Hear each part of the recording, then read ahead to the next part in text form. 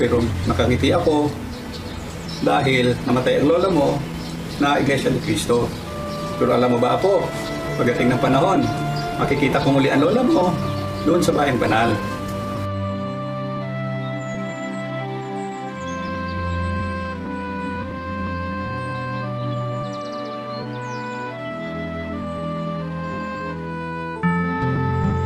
Ilang panahon lang ang lumipas pagkamatay ng lola, pinapagpahinga na rin ang lolo. Namalagi na kami nila nanay sa probinsya. Mabilis na lumipas ang mga taon. Si Ate Aliyah nag-graduate na. Isa na siyang agricultural engineer. Maraming iniwang alaala sila lolo at lola sa amin. Nakakatuwa lang kasi hindi lang sila sa amin nag-iwan ng alaala.